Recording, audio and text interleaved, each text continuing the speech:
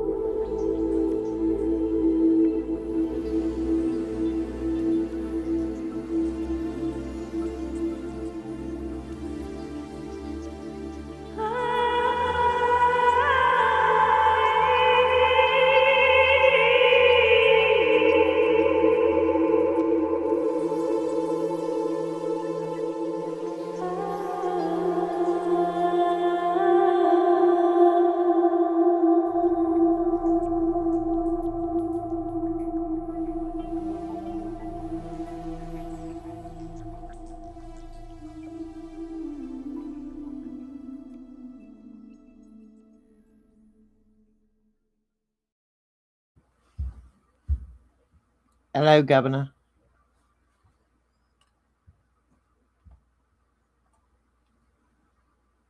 For some reason, I couldn't see anything, so I was like, hi, I think. Hi. I'm here. I can hear now. I couldn't hear there to begin with. Good evening, everybody. Roxy's touching buttons. It's not Shannon's fault. It's Yeah. I'm Oh, punching wrong buttons. All me. it was actually you? I thought it was me. No, I think I did it. Or maybe we were both punching buttons at the same time. Listen, it's 9:30 my time zone. 10 o'clock, I'm in the bed asleep most nights. Shannon's got me hooked on this new show, guys. We're gonna have to talk about it tonight.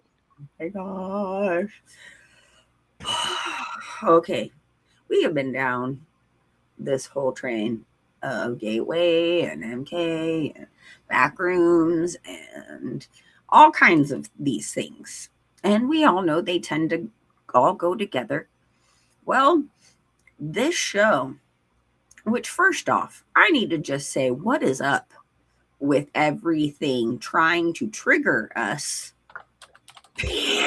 Us kids everywhere. Like crazy dreams, emotional crying for 3 days, can't get it together. Like felt like the world was ending for me for some reason for a couple of days, guys. this show is literally one of the best depictions of like what was done to us to separate us from our consciousness in these things. So I'll let Roxy kind of explain a little bit on some of the technical side, and then I'll kind of really get into it, and we have some presentation stuff with it. But if you guys haven't seen it, it's not that we want to, spoiler alerts. Okay, there's going to be spoiler alerts in here because we have to talk about, some of the specifics in this show to help understand where we're going with this. Where they're going. This is the cover image, and once you watch it, you'll understand who these characters are and what role that elevator plays. But when you first come upon this show, and when Shannon told me the other night, because I've been looking for something to watch, because we got no more Pluribus. I'm all out of Sam and Dean and Supernatural, and I spent a day crying on the final episode. I'm a sap for that show. But so Shannon's like, oh, me and my husband, we watched this show. I'm like, I watched an episode, a half of it, and I'm like, I don't know. I just, I wasn't quite feeling it, and I stopped watching it. She's like, no, go back and watch it. Well, I did. And so far today, I felt like I needed to take a trip to the emergency room once. Like, it had that big of a physical effect. It caused heart palpitations. And we're going to try not to give too many spoiler alerts away. But the technical part of this show, the premise of it is you see the main character, he's an employee at this company. It's Lumon. Yeah, Lumen. And when you sign up to work for this company, it's evidently so high security that they basically men in black you, the blinky light. When you go up the elevator to your office, you're blinkied. Right. Your alter personality called the innie takes over. The innie doesn't know anything about your outside life, which is what they call your outie personality. The two are not integrated. They are separate beings, so to speak, in your subconscious. One doesn't know what the other one's doing. Like, this dude gets hurt at work, and when he gets home, his sister says, I don't know. They told me I slammed it in the copier. I guess that's what happened. And then just goes on about it. He has no concept to question why his hand's all scuffed up. He just took what they said. But in order to make this happen, they sedate you and put a power drill in your head and insert a device or like a pill, like in basically your pineal gland is what it looked like to me. You know what I mean? It's like, and that chip allows them to trigger this alter, which is your innie, when you ride up the elevator to go to your office. And that person up there has no concept about the real world. No. It will. And to be clear too, this is all the subsection.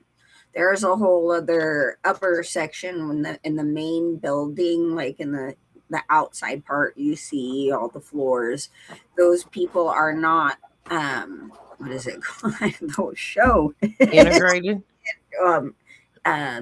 What is the name of the show? I literally Severance. It's called Severance. So only these people, and they're supposed to be doing some top secret stuff to where they can't leak the information out, and that's why their outie is told that they needed to be separated from their work personality, safety and security and all. Safety and security. But when you get into it, and there are different subsections in the severed department.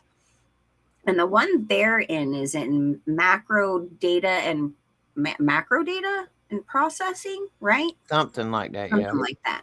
And what they do, now get this, okay? This is, again, gateway. Think of gateway, okay? What they have to do is sit there and look at this square of a series of numbers that just kind of, every now and then highlight in these, kind of waves and numbers. And Kind of there's looks like a crossword puzzle of numbers. And so they have to look at it and assess it and feel if the number is scary. Yeah, if it's scary. See, this is what took me a minute, folks. We're not going, I don't want to give too many spoiler alerts because I think this show may be important because I feel like there's something important here, or at least something we can postulate about it, maybe I should say. But you got to take this show because when Shannon had me to go back and watch it, I'm like, it it looks very bland. Like the first time you watch it, it looks like an extremely bland television show, kind of like Charlie Brown's Teacher, blah blah blah blah blah blah blah. But it's not. It's trying to show you the diversity of life for the innie and for the outie. And the trick is, you can't quit your job. Because even if the innie wants to quit, it won't take that memory outside to the outie. If the outie wants to quit when it goes up the elevator, it doesn't have that memory. It's wild. These alter personalities are so different that the innie that works at this company is almost robotic, and there's conditioning and control. See, here we go. You brought up the conditioning part that I really wanted to get into. Now, as we mentioned earlier, they tell you to be severed it's for security purposes because of whatever it is you're doing is so top secret, which all of these departments are beyond bizarre, okay? Still don't quite understand what they even do and what the purpose is, because this is a pharmaceutical company. So, what? No, dang it, I'm losing my train of thought today. Conditioning. So what's weird is it's like all of these things that they have you do. It's like the employees read off from these manuals, and you have to do these exercises, and there's points, and you don't even know. It's like you go into a wellness check, and you have to listen to what your outie, like little bits of what they will allow you to know about your outie. And that's a reward. And that's a reward, but you can't actually respond to anything differently because it'll knock off points. Like, points for what? So it's just, and then you get in trouble and you have to go into the break room. And the break room, it's like this mysterious thing, like what happens in the break room. But you realize it's a break room, right? You get it, break. They're breaking your spirit. But then they'll like come in with all these incentives, like little finger traps and waffle erasers, and they're not allowed to have pencils. And all this stuff, right? Like little 5-minute dance parties. And you get to shake and if you're really, really good at your job, in that 5 minutes, they'll let you shake a little maraca. And they'll cut on these flashy lights that almost give you epileptic seizures. It's crazy, y'all. It's hard to explain it until you watch it. Yeah, and they're taking pictures of everything. And it's so, just... okay, there's a lot in here that triggers you. Hang on. Let me see if I can... It's hard to explain this, y'all. If you've ever been down the Mall World Dream or the Backrooms, this very, very sterile-looking white hallway... seems to almost go forever, and then it'll go to the left, and you go and go and go, and you turn to the right, and you go like it never ends. And the lights come on in progression and cut off as you walk. I promise you, when you see it, if you've ever the Backrooms or Mall World means something to you, this show will. Like I said, it is a non-stop trigger, but it's an important one. I mean, again, I always say to plead the blood of Jesus before ever consuming any of this content. It's very important. But for all of us who have been really trying to understand what has been done to us in these programs and how not to be triggered, how to be able to integrate all of those alters within us so we cannot be manipulated in that way. So we bypass that frequency in through Jesus Christ and his frequency. These things are important. I'm always trying to bring up how important it is to see the subconscious in your conscious so it cannot be accessed without your permission or knowledge.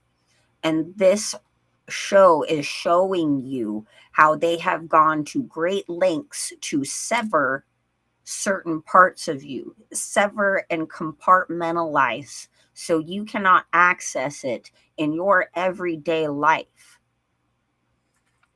That's one of the hallways.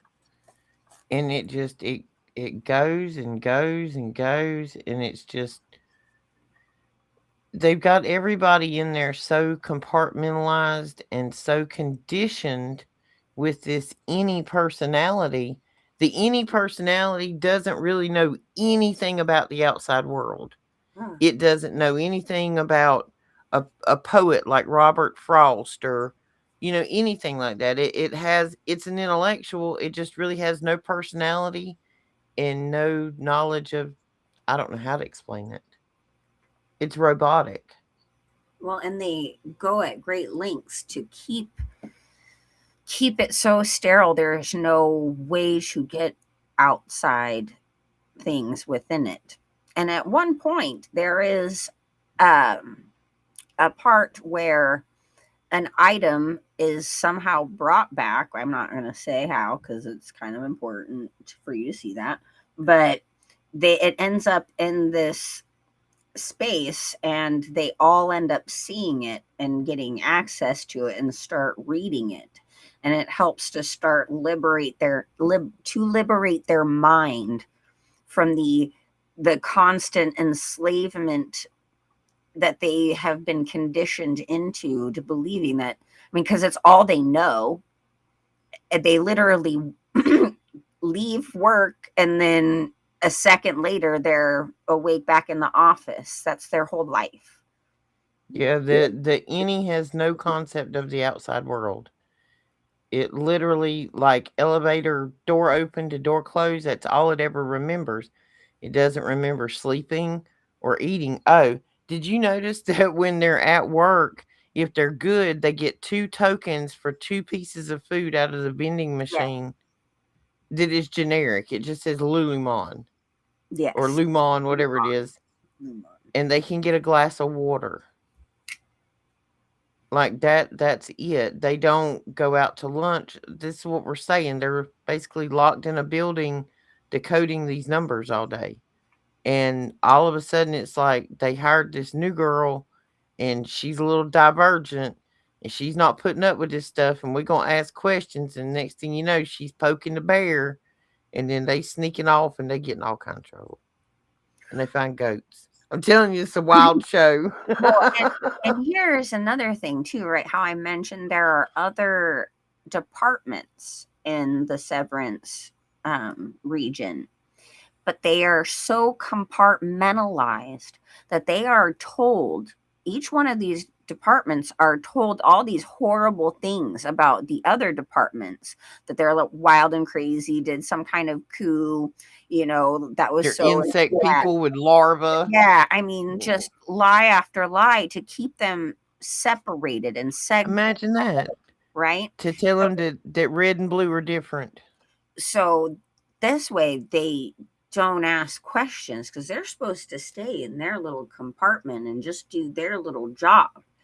But the more and more you start connecting things, the more and more they start connecting things and have questions, right? And wonder what the heck they're doing. Because every one of these departments, okay, again, we're talking about a pharmaceutical company. And yet you got a department where you got to sit there and look at numbers to see if one scares you. To put in a little containment thing. See, to begin with, when I started watching this show and like the actual work they were doing and how they behaved, I thought it was some type of psychological experiment that they had signed That's up for. saying this is, and again, we haven't had this confirmation yet and where we're at in the show, but this is what it seems to be alluding to. Like this whole entire thing is just some kind of experiment on See, what. that's what I think. I think that this is, and we're way ahead. There's like, I'm only on season one something, episodes like 5 or 6, but there's 2 seasons. I think that the innies are the experiment of the brain chip, Yes, like Severance. I think they're something's going Matrix type. Yeah, exactly. it's And interesting. It's not fast paced. Ain't nobody like ain't no shooting guns and racing cars. I mean, it's a thriller. There's not a lot of language in it. I and that haven't really seen any graphic adult stuff in it yet. Yet I say yet. It's I don't know. it's just so bizarre the way they handle it. Like they are children, right? Yeah, And I mean,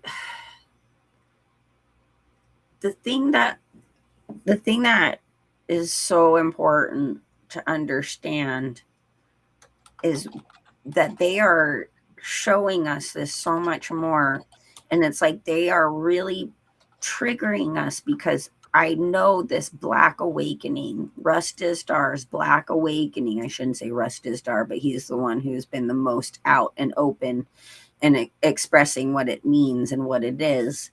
I really feel like they are prepping so many of us, and this is why it's so important for us in the Jesus Christ Holy Spirit community to talk about this and to bring truth to those who are going to be triggered right into the program they were programmed into.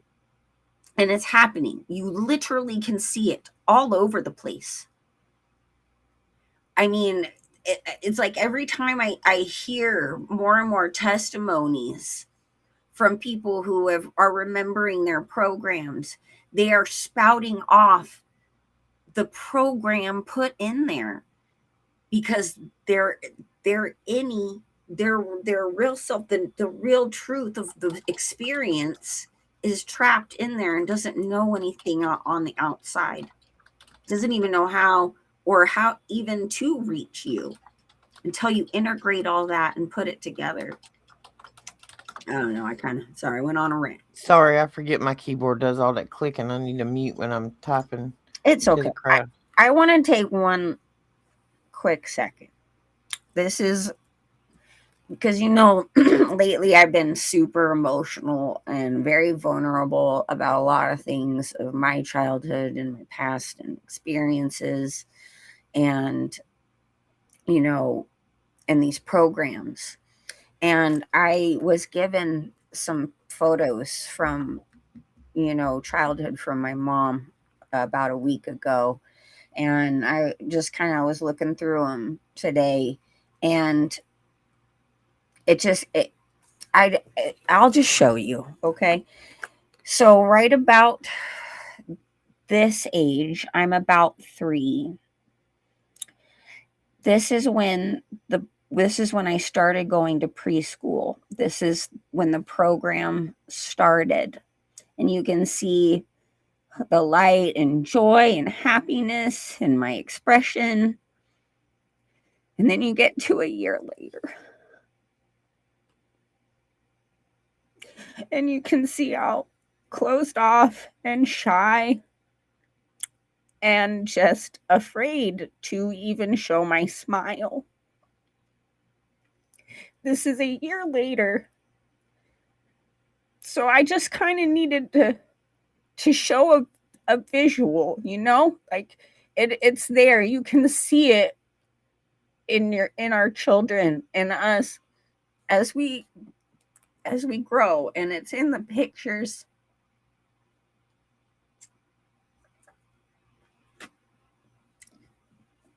Okay, sorry. I didn't mean to do that again. You Darn it. girl, Darn it. so you good. You good. I was puff puff passing over here. And then all of a sudden the phone started bzzz, and I'm scared to hit it because it's a video and, might not be safe for work. We'll just say that. I don't know who it's from. Because, yeah, go ahead. Oh, It's been an unusual, I'd say about a week for Shannon and I think a lot of y'all are feeling it. And this show's kind of hitting home with like some of the things that and I've talked to Diana today. Diana and I talked for a good bit today and yesterday, back and forth. But weird dreams. Is anybody else out there having extremely weird dreams, or are you visiting Mall World?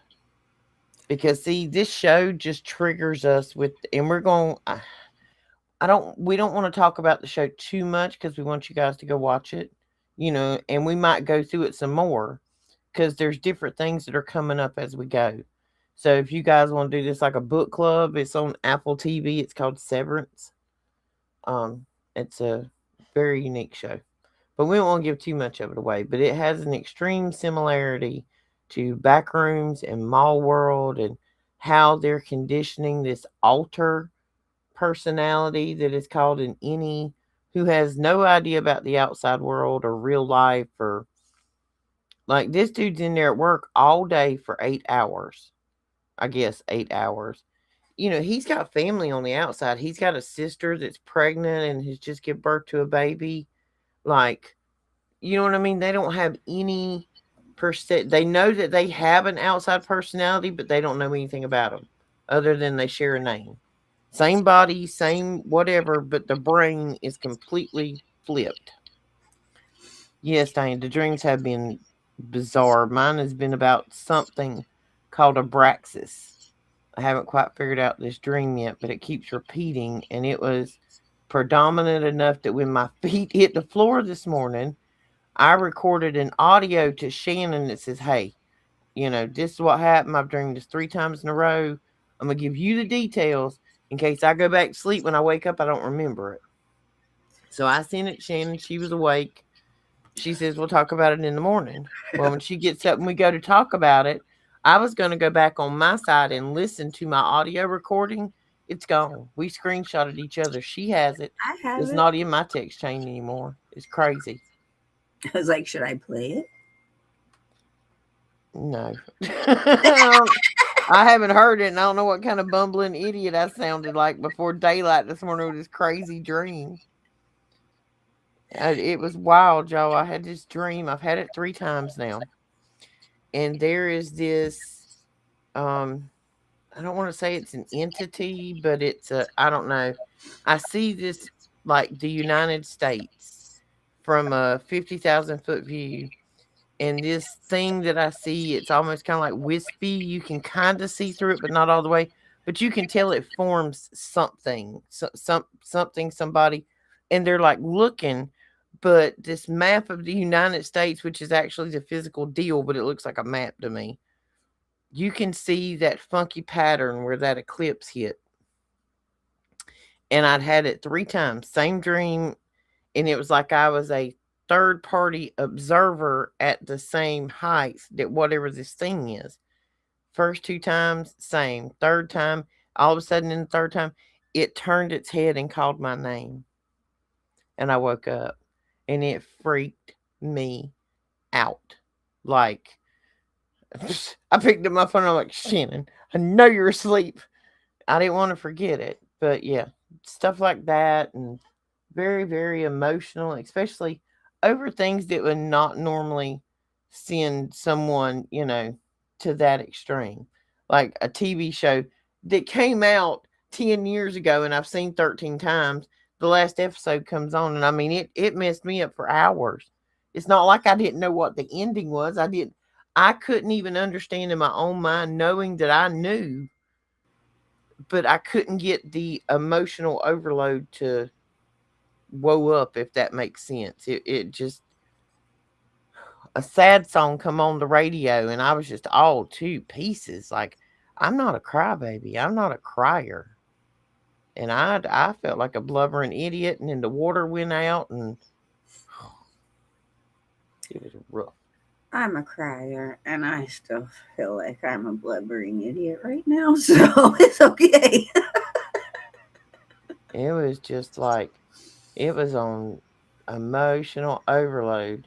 And then I woke up this morning after the crazy dream and I'm like, oh, I feel so good. I feel, like, whew, I was good to go. We was watching this show and I got 3 or 4 episodes in and there's a scene and you'll see when you first see the baby goat in the hall, if you watch the show, and I'm not going to tell you no more, at that moment, something triggered and I started having heart palpitations and a migraine kicked in and I cut the TV off. It was there was a physical reaction that was invoked from that. I don't know why. So I took a minute and I went outside and I puff passed and I chilled and I come back in and I started again. And I hadn't been watching it. I watched another episode and I'm still feeling they've kind of started. It's not a palpitation, it's a flutter. Feels like it's out of rhythm or something. I don't know how to explain it. Well, because they have to be playing the hemi sync throughout this whole thing, at least during the office scenes, you know. And it's one of the characters, the boss. What this is kind of also important to bring up. These people are being watched with their Audis too, like all the way around. They are spied on 24/7. And his boss, the any boss, she's the neighbor of him next door. And he lives in a neighborhood with several houses. Somehow she's the only neighbor he has. There's no one else in these houses. The development never filled up. Yeah, just surprisingly, right? And he got such a great deal on it. And what it's important to understand is the reason why these particular people choose severance may vary, but a lot of the times it has to do with cutting off He memory. lost his wife. He lost his wife. He couldn't handle trying to work and function during Yeah, with he was a his dream. professor or something, wasn't he? And he just History couldn't do it anymore, so he decided professor. severance, it'd be like, 8 hours a day, I don't have to think about losing my wife. Because he Exactly. doesn't, in the show, he doesn't look bad. He's maybe in his mid to late 30s, early 40s at best.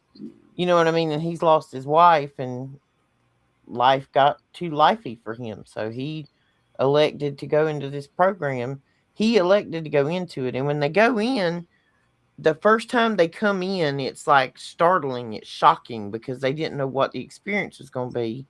So they have a pre recorded video of their Audi telling them, hey, we signed up for this program, blah, blah, blah.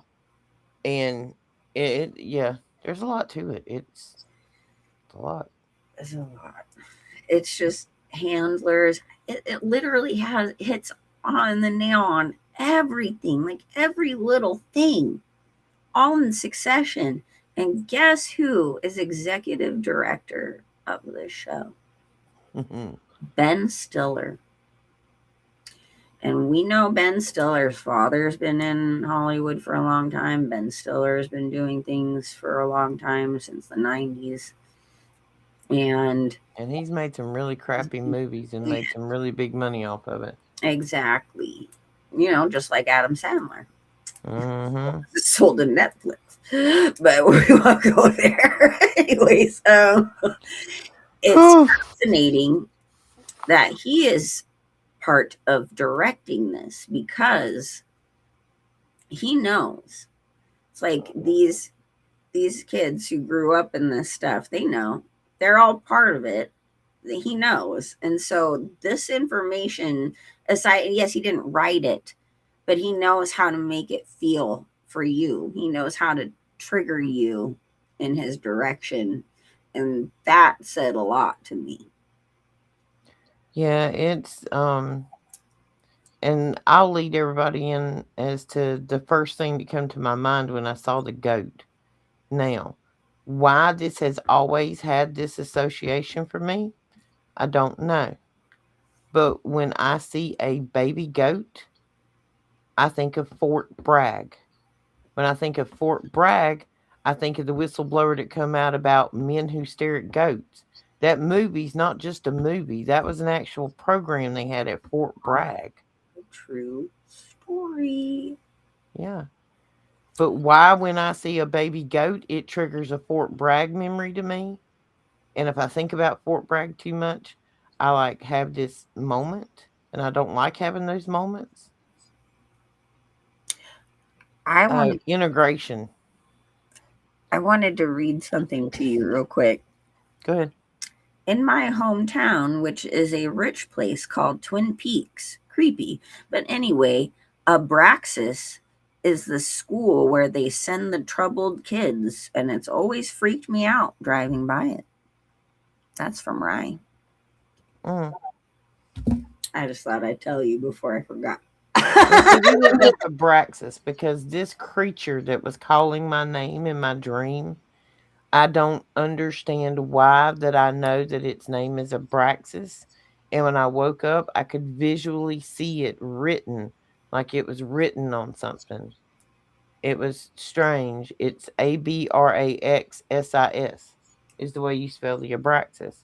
So I went looking up Abraxas and found some stuff in mythology, and then there was like, there's a Diana said there's a Santana album named that, and there's a pharmaceutical company.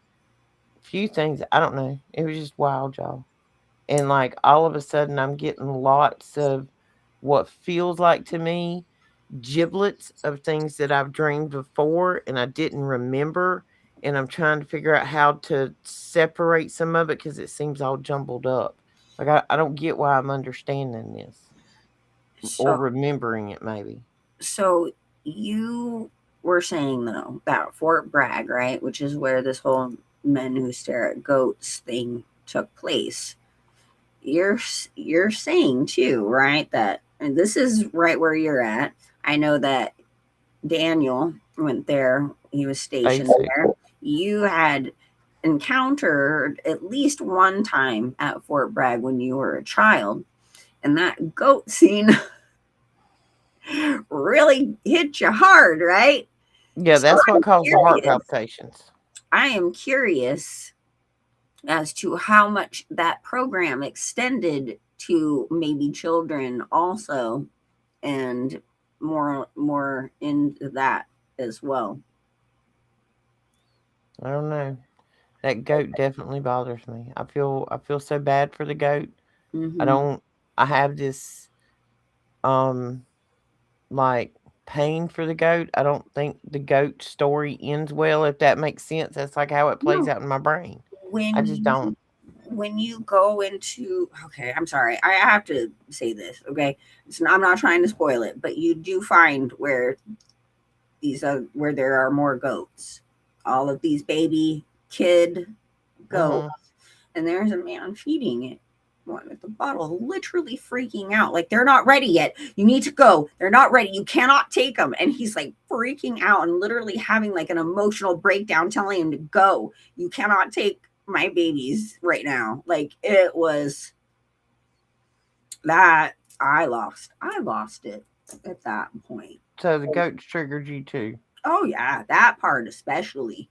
I about And lost it. see, I can't even believe I'm using the word trigger. I feel horrible for even using that word. But it there's something Hey, in some of this stuff. there's no other way to explain it. It's It literally didn't trigger me, like, it didn't cause my, some part of my personality. It's like it awakens some kind of memory, or it evokes this physical feeling, not just an emotion. It is a physical feeling, something in your body, like, that gut instinct. Your gut instinct goes haywire when you see this. So if you think about the fact that all of us kids went to gate for all of these years, go out there on TikTok. If you're new to the show, we talk about this a lot. But if you go to TikTok or YouTube or anywhere right now that you've got access to, and you search gate kids or tag kids or gifted and talented, pelican, whatever they called it, and see how many of them actually remember going to the class more than a day or two. Yeah. And most of us went many years. So if you think about this movie Severance, that when you walk in the door, your innie doesn't know anything about your outie. And we know that when we walked in the door gate, they give us the pink stuff to swish in our mouth and go sit down and put your headphones on. We don't remember anything else until we come back to school the next day. My innie didn't know anything about my outie. And when the two started trying to integrate, I got kicked out the program. And think about, right? This is something that gets me every time with all the incentives. It's like Mm-hmm. being in school like a kid again. Like, oh, the waffle party, oh, your little finger traps, oh, you keep doing your good job. Or when you actually make your quota, you get a little fancy presentation on your computer screen telling you how awesome you are by some, Oregon Trail. generated, leader of the cult slash pharmacy.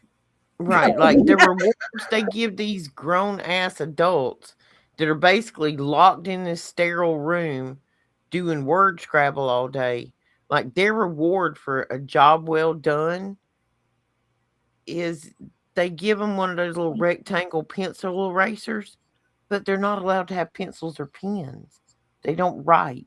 They just click this ball, kind of like a trackball, for this word scrabble, looking for numbers that are scary.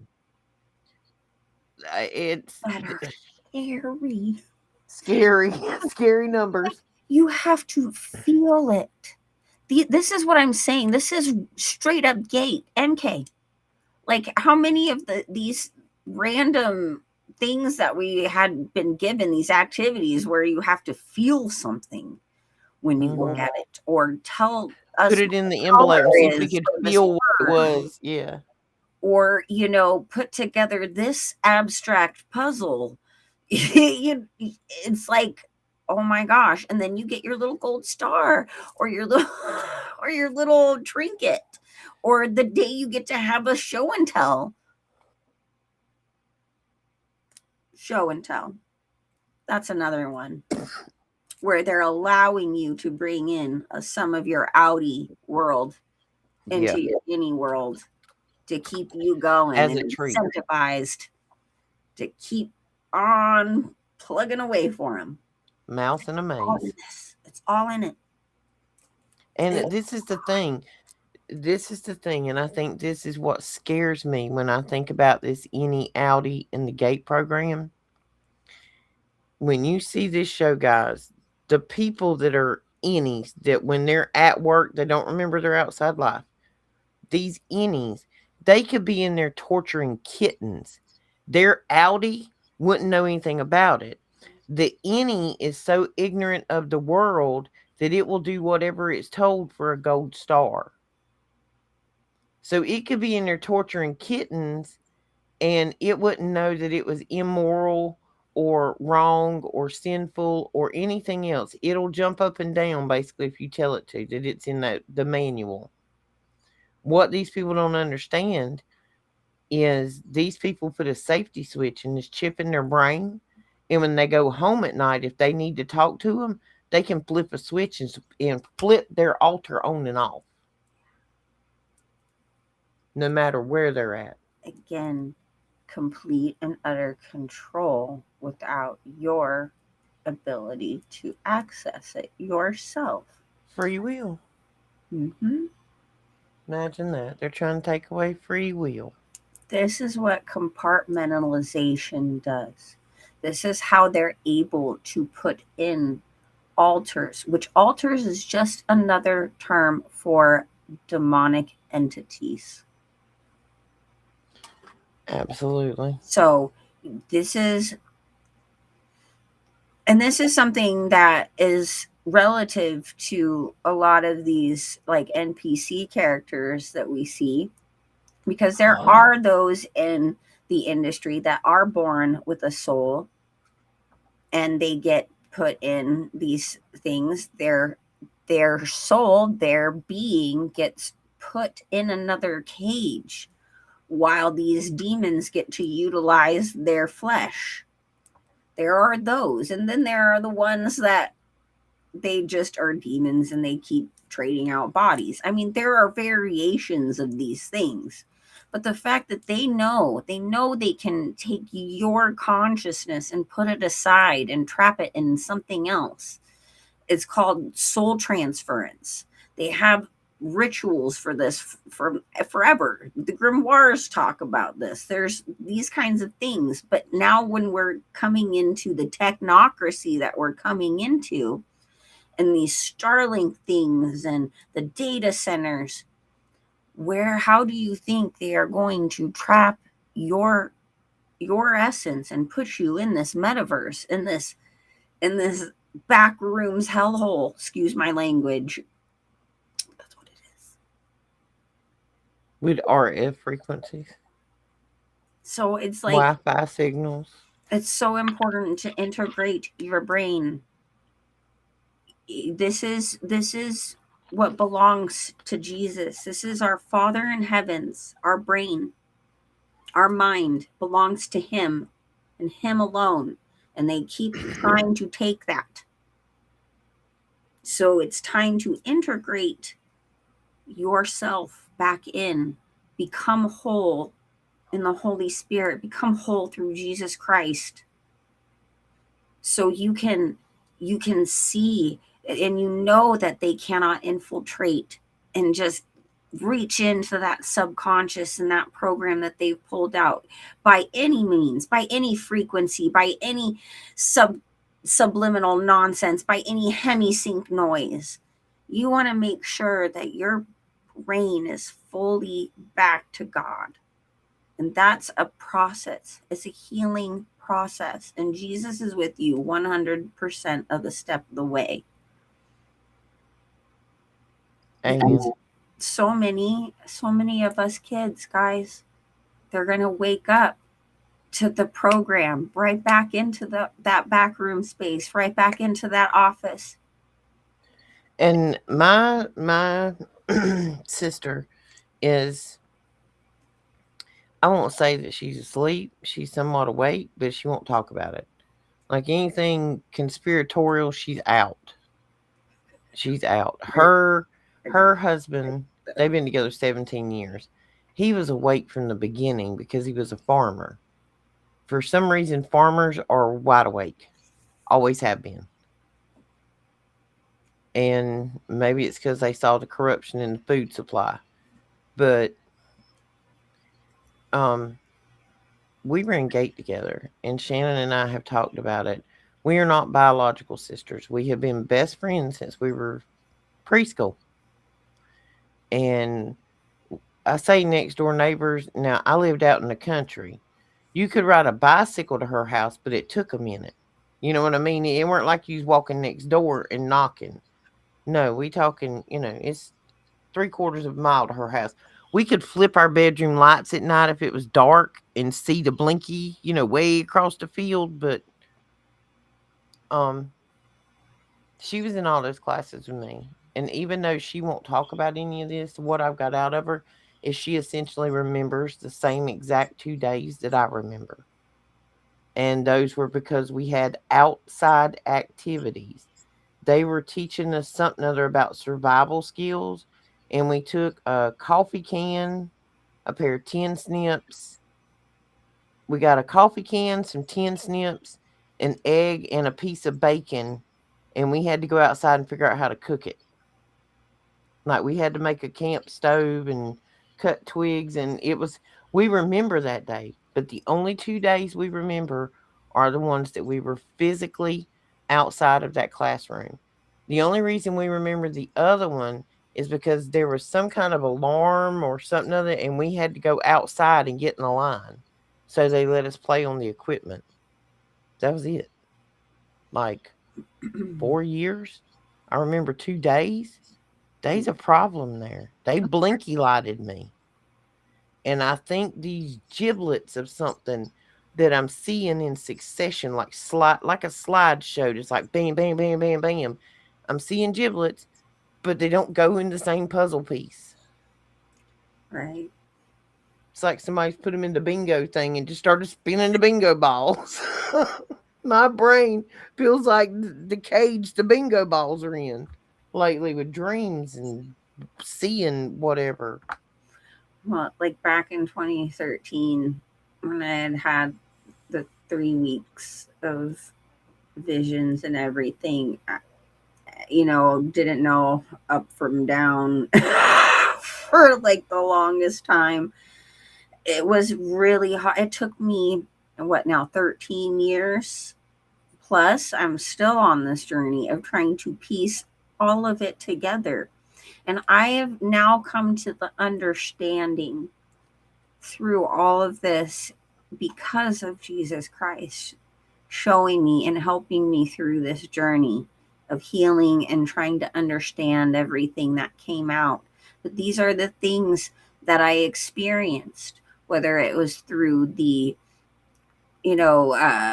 looking glass project, whatever programs I was put in and whatever experiences I was in, it was all so jumbled, and certain things would trigger stuff and then it would trigger something else and it all play out at once, but I was taking it all in. It was so much information and so much all at once. It was It's at like a dam breaking. no way to even fathom that any of that could have been freaking real, let alone like my life. Or see, that makes sense when I say that out loud. Like all these giblets of what, like giblet gibberish is kind of what it seems to me sometimes. It makes sense, like it's been behind this wall or this dam, and all of these things we're watching and researching is kind of like cracking the wall on the dam, and now the flood's coming. Oh, and because we have Jesus Christ, we can look at these things and help to heal and integrate ourselves and understand what's happening. But those who do not have Jesus in their heart, this is what is dangerous, because that's exactly what they're expecting. And those people are going to be the ones that are going to wake up back in that office space, right back in their programming, doing exactly what they've been programmed to do. feed the matrix. And all of these things coming out, all of these events, everything, you notice how it just continues to escalate to like an avalanche, to where it gets bigger and bigger, more and more trauma gets added on every single day in the world stage. It's so much, it becomes so overwhelming.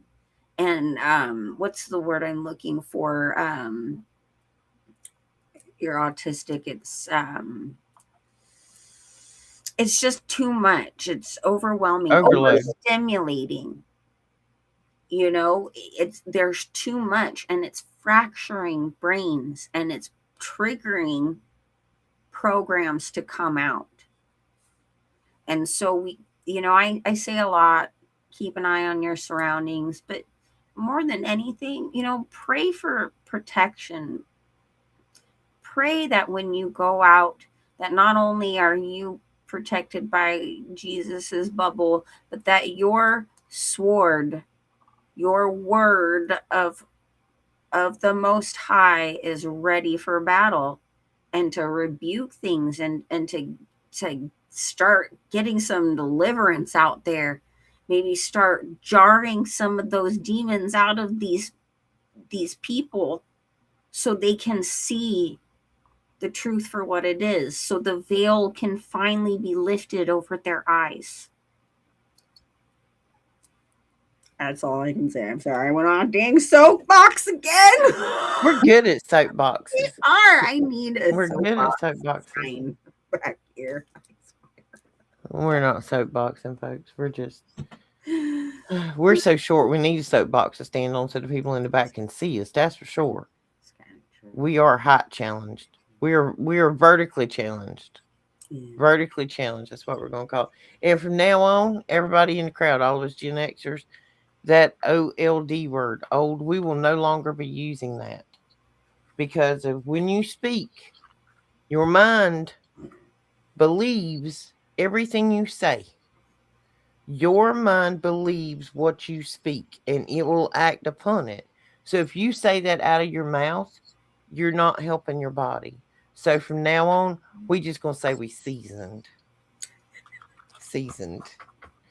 Gen X is seasoned. We are the seasoned adults. And Kind of so, like seasoned crackers, seasoned croutons. and as bridge folk, Xenials. Gosh, I hate the fact that I have to be Y'all in just a salty. subsection.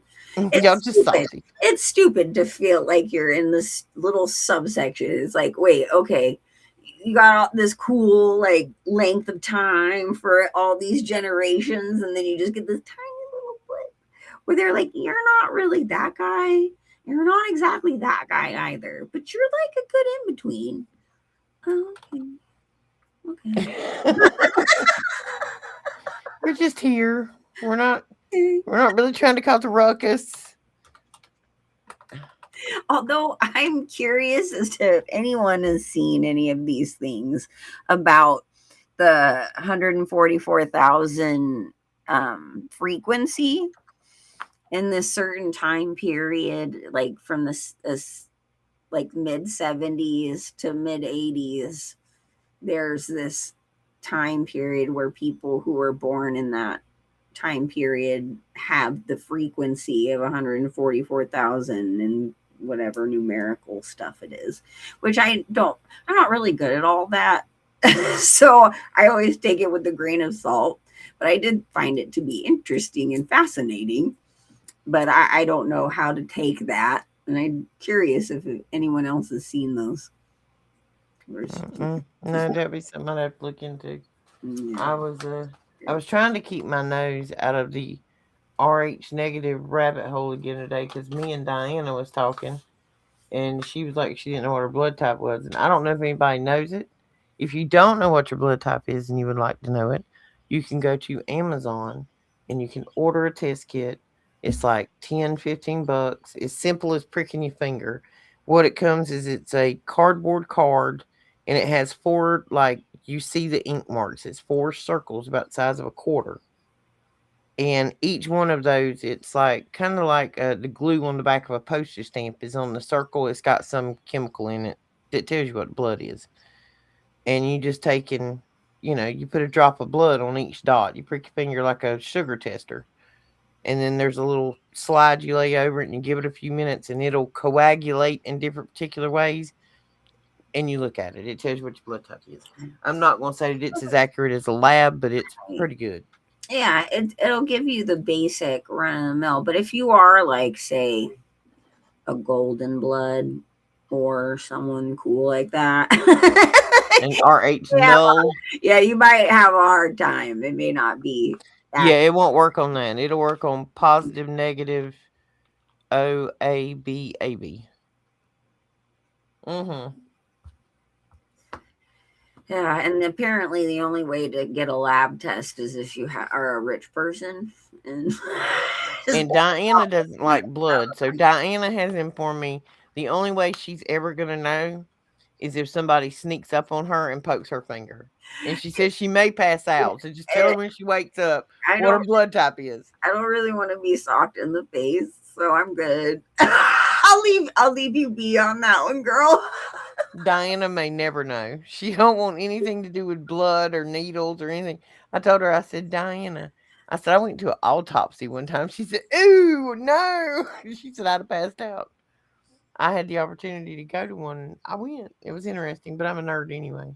Well, I wanted to help. They said I couldn't touch it. I just could observe. See, I grew up with a mother who wanted to be a nurse and in the medical industry, but just couldn't deal with it. So she became a hairdresser. But she worked with plastic surgeons, to help with the makeup and stuff while they're healing and things along those lines and skincare. The camouflage. Yeah. And she used to literally come home with video after video, and not just plastic surgery, just surgeries. And she's like, look, and she'd sit there and watch it. And I'm like, oh, girl. I actually somewhere, I don't know. I've moved so much now since I got divorced. I don't know. I've moved 14 times, guys. Like in the past 10 years. Every single house I went to live in had mold in it. I think the mold must come with me. I don't know, but anyway, it I had pictures of when I got in that bad car wreck when I was in high school. My plastic surgeon, who was, I think, the most absolute best plastic surgeon in Murder Beach, and he may be retired now, was Stephen White. He is amazing. He took pictures of the whole process of like how they basically, because they cut ear to ear all the way across the top of my head and literally peeled my face off. See, yeah, that was what I was going to say. You don't know how disturbing things Oh are. yeah, I You're look like like 6 years old, having, okay, I was probably like 7 or 8, but still having to sit there and watch a person who's alive. Sure, they're knocked out, but they're scared. I'm like, yeah, they literally peeled my face off down like level with like the end of your nostrils, like all the way below my cheekbones, and then kind of like the Joker smile up to my ears. Because okay, my whole right orbital eye socket was crushed. They went in and took a piece out of the top of my skull and recreated my right orbital socket. And there's all these teeny tiny little metal plates in there and screws.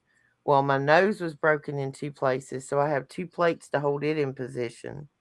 And then the lobotomy I had given myself with this fracture, there's little teeny metal plates that go all the way around, like Frankenstein, to hold my skull cap back on until it grew back together. Yeah. oh, that's intense. Well, I had this conversation before I went in for surgery with that doctor. I said, listen here, if I'm going to have to go in there and do all of this. Now, while they're doing this, both of my joints and my jaw are broken. My mouth is wired shut. And then they go in to do that. But I said, listen here. I said, I want the works while you in there. I mean, you going to work on this? Let's work on this. He's like, what you mean? I said, I don't want a wrinkle ever. I had him to jack my eyebrows up when I come out of there and I got healed. I looked like I had this permanent eyebrow raise going on for a long time. But I I tell you mean, what, I was probably in my 40s before I ever saw my first forehead wrinkle. That man done a fantastic job. I was 16.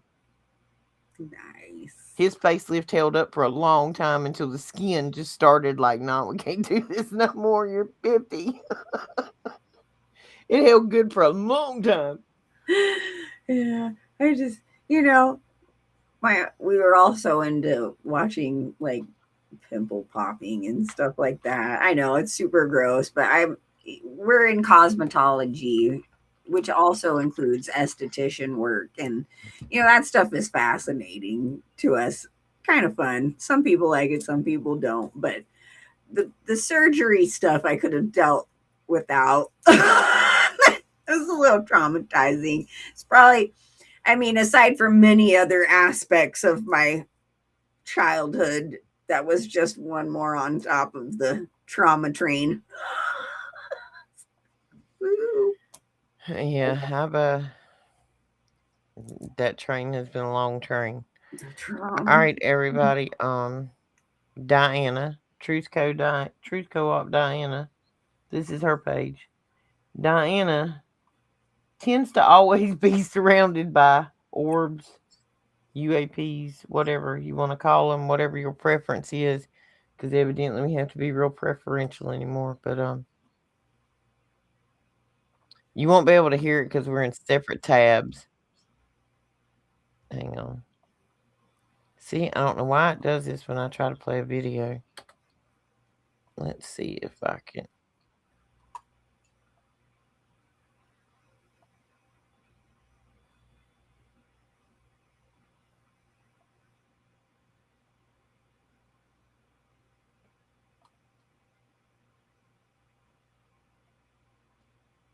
Let me just back up.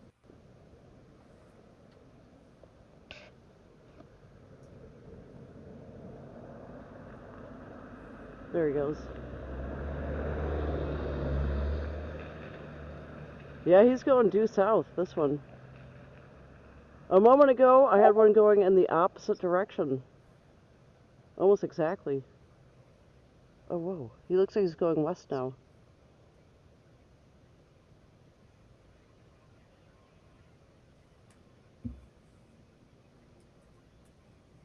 Yeah.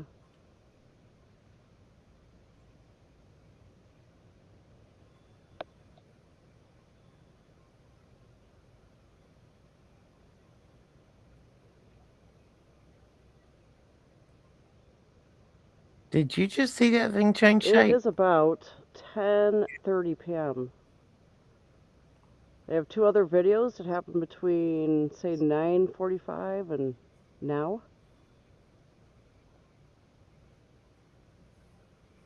They seem to be constant. Yeah, he's going west now. Yep. He, she, it. You see it though? Uh-huh. The way Southwest. this thing is just look how perfect that Whew.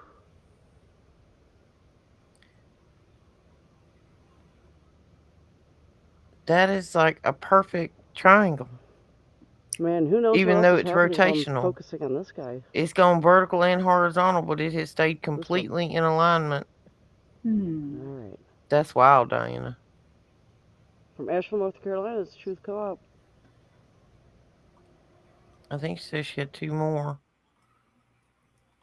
What's it last night? She's up in the mountains.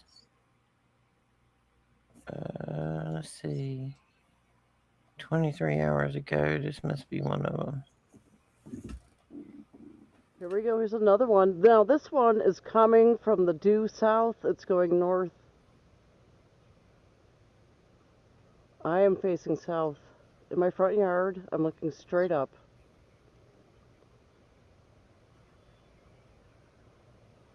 Straight out of Compton, y'all. Look. Straight out of Straight out Compton. of Compton. Here's Yeah. another one. It's Listen to June you over there, 24th, girl. 2026. This is my second video so far. I'm sorry, guys. But We this got is quiet. my We're interested in watching this fifth or because I sixth wanted to sighting. save them till we got on air. Look at the symmetry. Can y'all see the symmetry in those lines? Mm-hmm.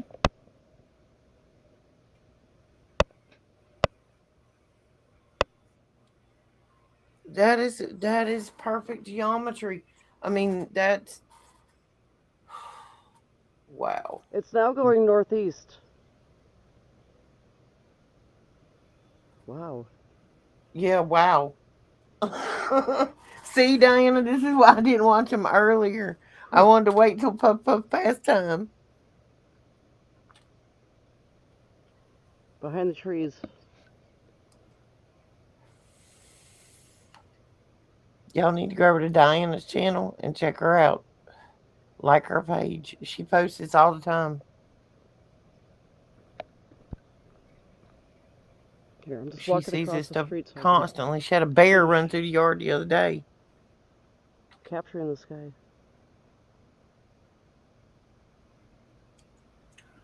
Yeah, just what What? is that? I don't know. What state is this? North But I Carolina. see them a lot. She's only a few hours north of me. I'm just trying Kind to of share. northwestish, but That's it. It's a cooperative of sharing. look at that. That's it. So thank you for watching. If you're watching, you must be like-minded. You know it, girl. We are like minded. From Asheville, North Carolina, this is Truth Co-op. Diana, signing out. Second video tonight. Cat, yo. Cat. She rocks. Diana rocks. Oh.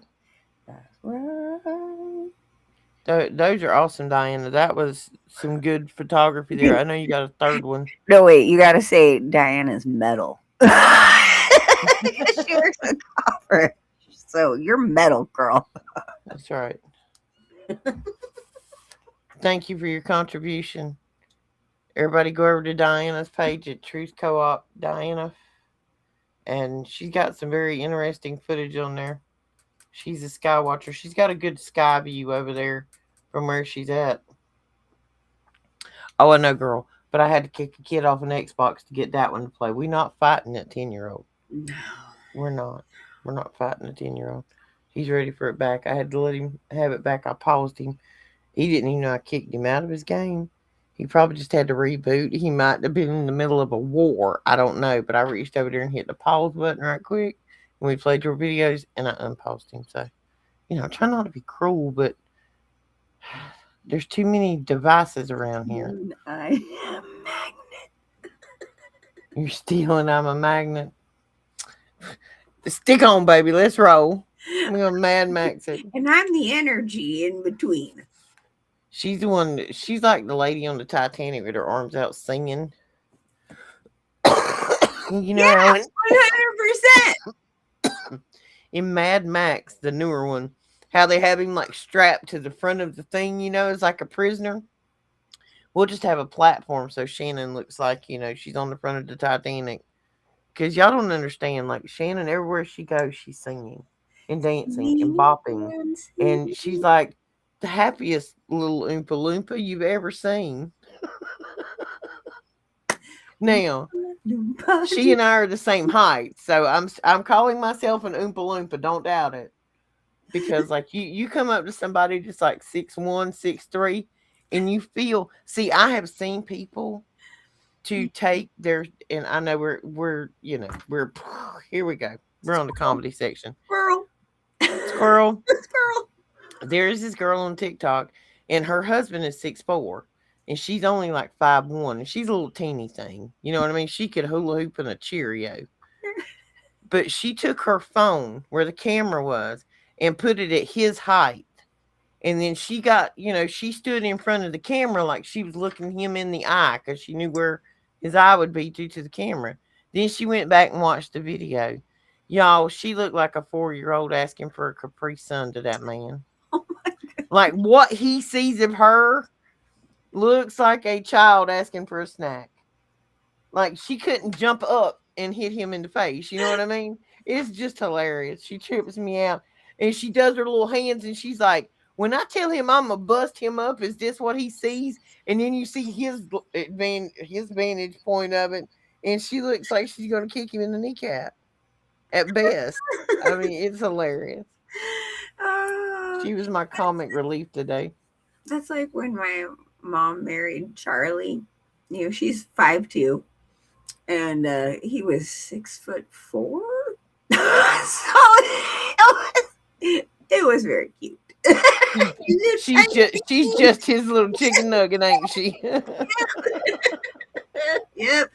You can see them look into each other's eyes, and she's like this. It's been a minute. I have recently had the pleasure of remembering what 6'1" is. It's looking up. I'm looking up. My husband is almost 6 foot, and that's perfect for me. It's like I don't have to go too far. I'm like only like 6 inches. We're good. I can still see his eyeballs. I just come a little, but I don't have to straighten my neck. Hey, ain't working unless you call. There's somebody for everybody. Yeah. I don't know. Life's been different lately, everybody. So, Cash, I don't know if you're out there listening. I know you usually are. I have not seen you check in the comments, sir. We would like to know you're okay. We haven't seen or heard from you. And Mr. Super Sidewinder, I don't think I've seen you in the crowd lately. And I know you guys sometimes sit out there and you don't really get involved in chat, but we still like to know that you're out there. And I haven't been watching comments, Biggie, because I was doing 3 things. Hang on. I'm going back to the comments because I'm like way behind.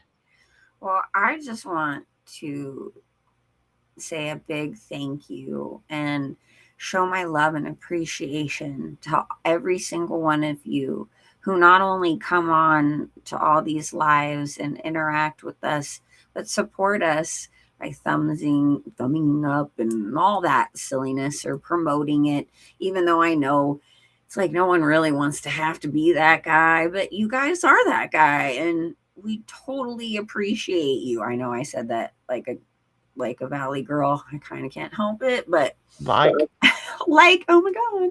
But no, I really, I love each and every one of you.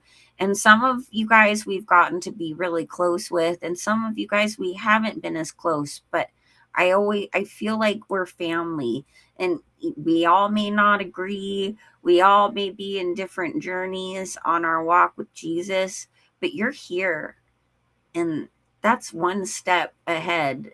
Just being in fellowship with other people who love Jesus and who love each other and want to do good in this world for the kingdom of heaven. And I just don't know if we tell you how much we appreciate you enough, but I just really wanted to tell you that, because we wouldn't we'd be talking into thin air if it wasn't for you guys we and love our regulars. our researchers and everybody who's put in work and help us with this message to everyone. We love you so very much, and you mean a lot to the body of Christ. And I just want us all to start loving each other and being of support. And even when we may not agree, or we have to say, hey, brother or sister, like, what's going on? Just know that everything's out of love. It's because love is the most high. That is the most high. That is the most powerful force there is. And if in order for us to really share that, you guys are giving it back. And God, I'm not saying this right. I feel like I'm mumbling my words, but I hope you understand what I'm saying. And I appreciate Let me put this in Southern for you. it. Y'all are people, and we appreciate you being here on the porch with us. We a bunch of feral Christians, which, it is what it is. Roll one up, come sit in our circle, and let's have a conversation. We appreciate that each and every single one of you occupy your beanbag with us on Tuesdays and Thursdays, and occasionally when we get a little smoked on the weekend.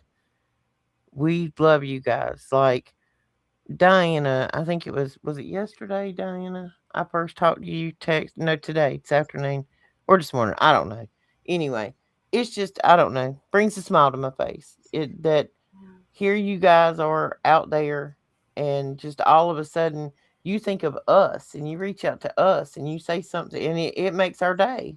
Yeah. It does. It's what do you call it? Imposter syndrome sometimes when you get, I don't know, it's kind of weird.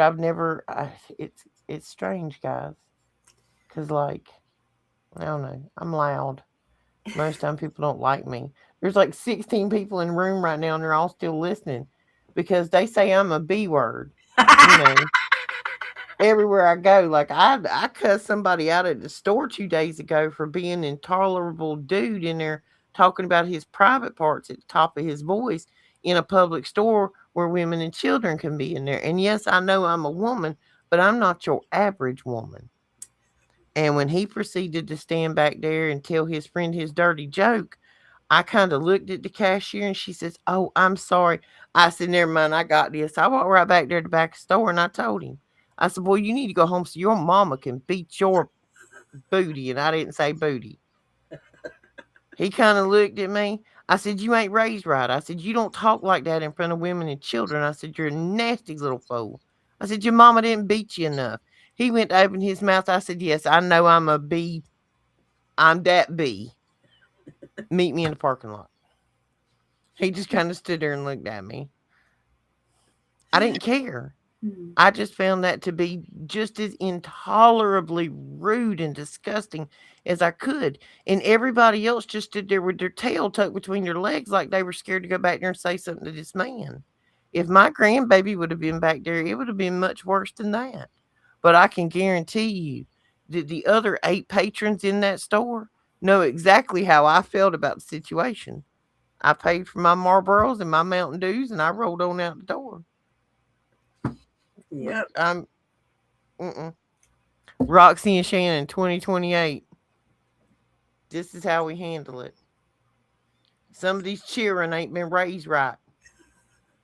Some. Some. And again, how many of us have been through the programs? But this is the good thing about understanding these things. Not only can we pick up on the red flags of like, oh, you were in the program, but you still there, honey.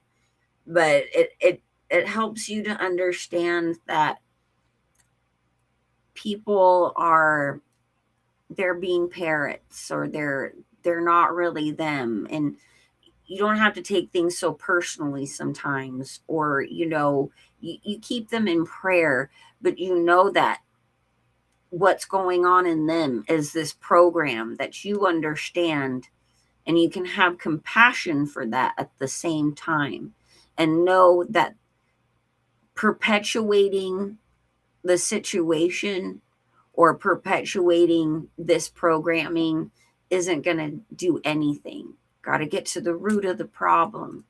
We got to love each other, have patience, compassion, and to stand up for what's right. And when it comes time to have those cojones of steel, Yeah. But you ain't got to take crap. You don't have to let anybody disrespect you. You don't. There are some standards in any relationship. Doesn't matter, family, friend, whatever. A human relationship. Respect, loyalty, consideration. If you don't feel like you're getting those things in a relationship, regardless of what it is, if you stand up for yourself and put that boundary up, others should respect it. Boundaries with patience. That's a really good way to put it. I have patience. 3 to 5. You're good. You're good. I'm 3 just to 5. in a general sense. Yeah. Right, because everybody is so heightened in tension and trauma and just so much going on at once. Anybody could just be triggered at any moment, and so you got to understand where that's coming from. Well, and this is why you're seeing more incidences of people getting shot in road raid incidences, like fender benders, and somebody dies because they start arguing. It's not that important, folks. So many people are on the verge of snapping. Yeah, some of them are snapping. So inundated with stress and trauma, and this constant world stage throwing these program glitches at you. Oh, I just had a good visual of this whole process. Okay, the innie, the outie, the integration. That's what happens when you're awake. When you're awakening, I should say. You have the integration of your innie and your outie, which is the programming. Whether you went through gate or looking glass or whatever, you were still programmed through the public education system as to the lies that our governments now and previously have perpetuated against us in a manner of control, whether it be psychological, physical, pharmacology, your food, whatever. When you finally awaken to all of these things that are going around you, think about it like a deck of poker cards that are split and you're fixing to shuffle them back together. Sometimes that shuffle is not perfect. Sometimes some get jammed up and you might have to shuffle more than once, but that is the integration of your innie and your outie. Does that make sense? That just worked out in my brain. Did you throw up the presentation already? Did I not notice that? No, we just kind of talked our way through it, so it's don't worry about it. Okay. But that what she just said. And you are correct, Biggie. Narcissistic people don't have patience because who anyway. Now look, a lot of the times too, these narcissistic behaviors are so entrenchly programmed in somebody, they just don't even realize that that's what space they're in. And again, patience and understanding and on your end is for you, And just know that they mama didn't beat their ass enough. right? That's And what's wrong. but pushing back in a certain way only gives them more power, right? Mm-hmm. So They're usually looking for the reaction. in that kind of a case, it's not even worth the fight. It's something that you just say, you know what, I rebuke you in Jesus in love. And at some point you'll learn to love yourself instead of obsess over your image, which is And really if that what narcissism, narcissistic person keeps yapping at you, just gray rock them. If you right? don't know what gray rocking is, go look it up. But that's just the thing is, here we go in this cycle. We need to be cycle breakers, because what happens when vengeance is played out, right? Or an act of getting back at somebody in a any kind of way, it's never going to solve anything, and all it does is perpetuate the same behavior, and then there's more Mm-hmm. vengeance to be had and more vengeance to be had, and it Dominoes. continually cycles. And this is what Jesus was trying to get across when he says turn the other cheek. It doesn't mean to be a you know Oh, a chicken lily. a wuss, okay, when it Chicken comes lily. to fighting the monsters. But you can't perpetuate You the can't violence. become the monster. You So that, cannot become the monster. and it takes a lot of strength, courage, and uh, restraint to behave in that manner when you want to push upon with vengeance. Girl, I tell you all the time, I keep Petty Betty in the box. I consult you before I let that heifer even go to talking to me real hard, because she be having some real good ideas about things we could do. Like some of them are just for giggles. It's like that dark sense of humor in the box with her. And I'm like, girl, you shouldn't even be having them thoughts. I know that everybody has them. Like, you got that person that, or people, and you like, wish your battery was dead when they got off work. You know how it is. You just have those days. I try to keep her in the box, because as long as I keep her in the box, she won't act upon those thoughts. She'll just laugh about them and move on. We are fighting spiritual war. It's not, we keep mistaking these flesh suits for who we are. I have to remind myself on a daily basis in this world that I am not this flesh suit, and I am not this programmed experience that is here in this realm. You are not this flesh suit, and you are not this programmed experience. It's a programmed experience. The being that you really are is what has questions, things, has compassion, has feelings, has thoughts, has true blue emotion that isn't archonic or demonic or cold. That's programmed. That's a programmed experience. People say it's human nature.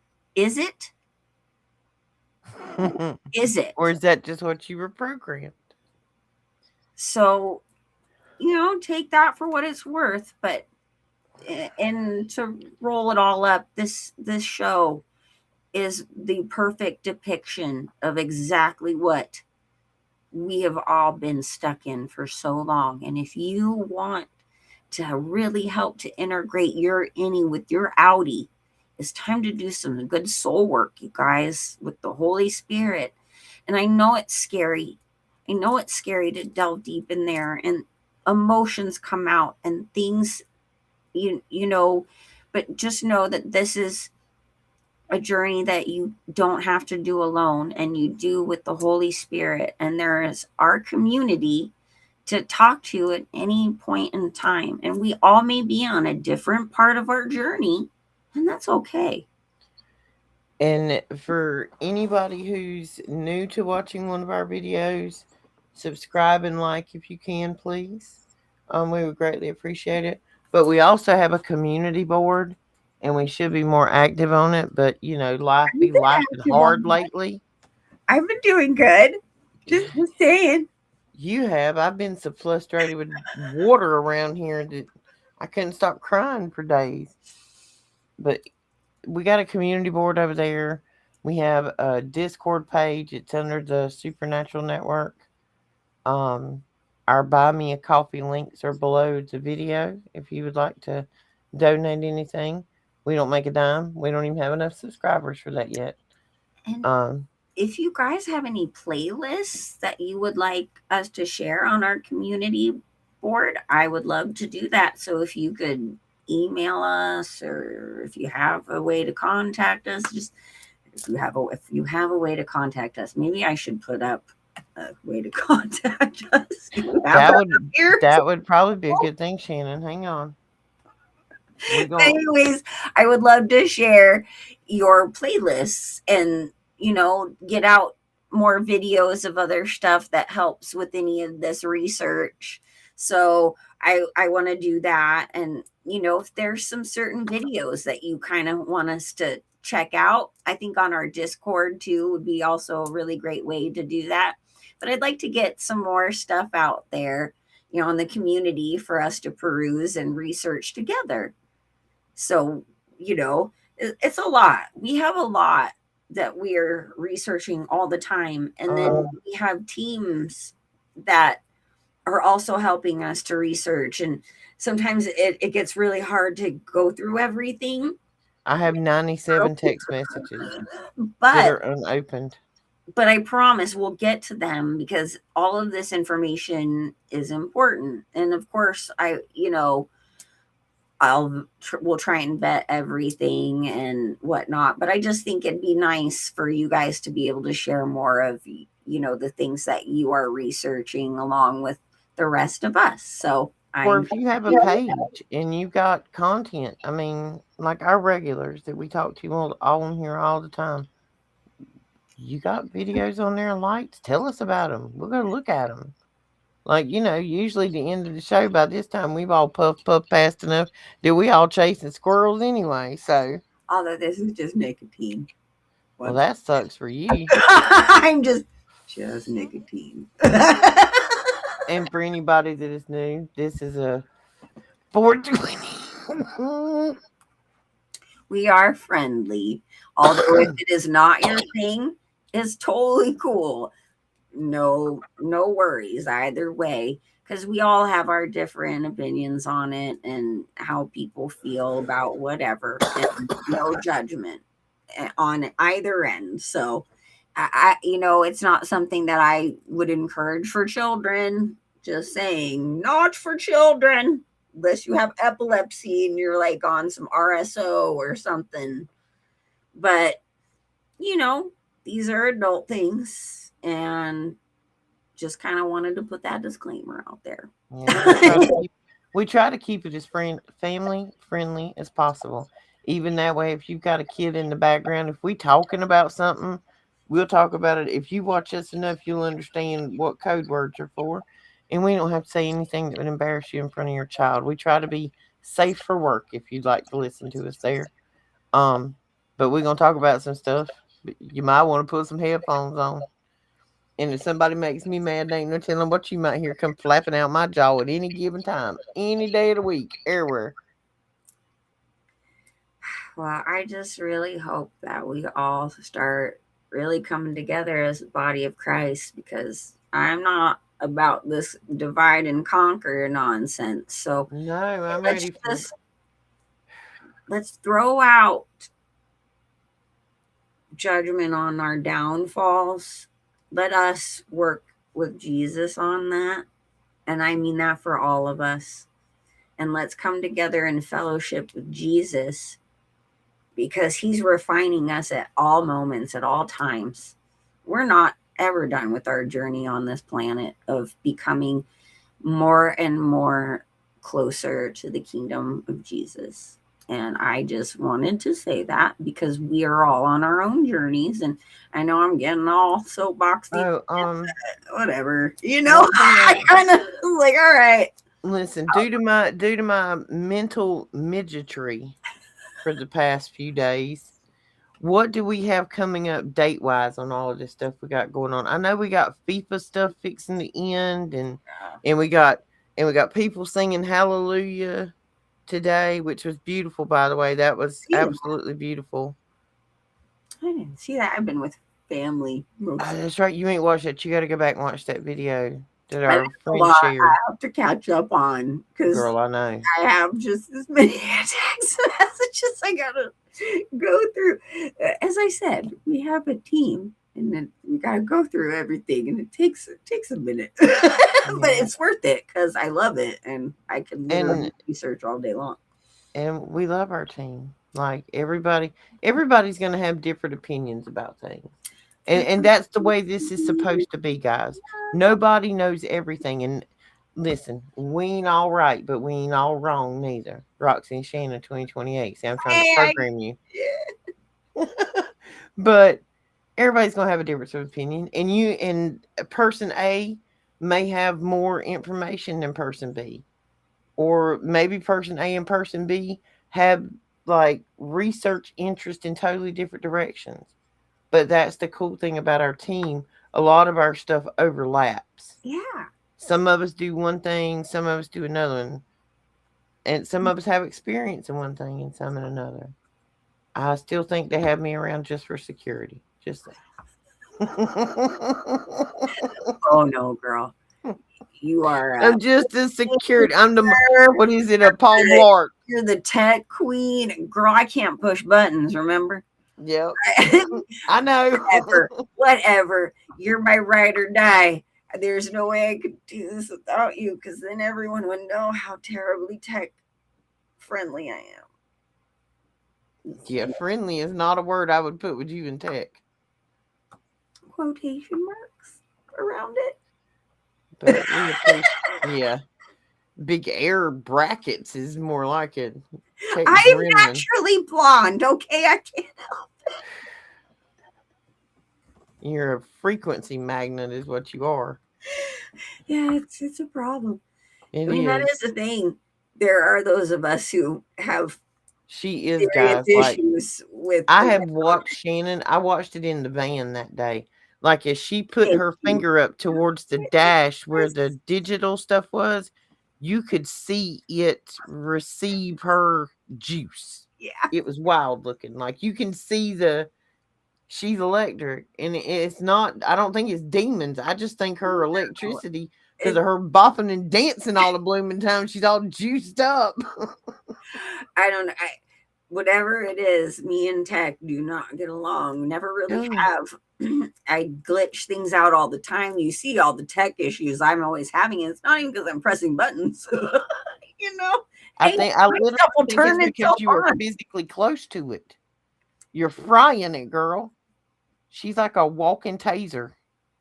It's just the power of Jesus coming out trying to fry that nonsense. That's all. Her and that cane walking down the road, just zapping everything in proximity. Oh, it's true. We don't get along. I keep trying to tell people, look, there is a serious anti-relationship between. I have a proof video. Like she come to the cabin to pick me up in California, and you could hear her a mile down the road in this minivan. She was jamming so hard.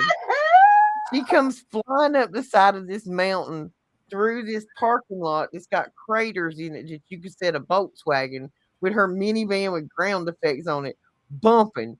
I mean, she's bumping. She's coming through there. And when she gets there, she just kicks like the doors open and the speakers are jamming and she's just dancing in front yard at 10 o'clock in the morning. Right. Wake up. Every day. Every day. So see, I'm like grumpy cat and she's like happy cat, I guess. She tries to get me happy, but it takes more puff pass before imagine me in the goth days. Everyone used to say, "You are way too happy to be a goth girl." Girl, Like, hey, they're gotta. about 2 more Red Bulls a day, and I'd have you zip tied in the back of the van. Be like, no. Oh God, y'all! I gotta tell this one. I gotta tell this last thing before we get off the air. I'm on a dating app, y'all. I And I don't met a know, guy. whatever. I was talking to a guy on there, and we were talking, and he said something. Oh, I gave him my phone number.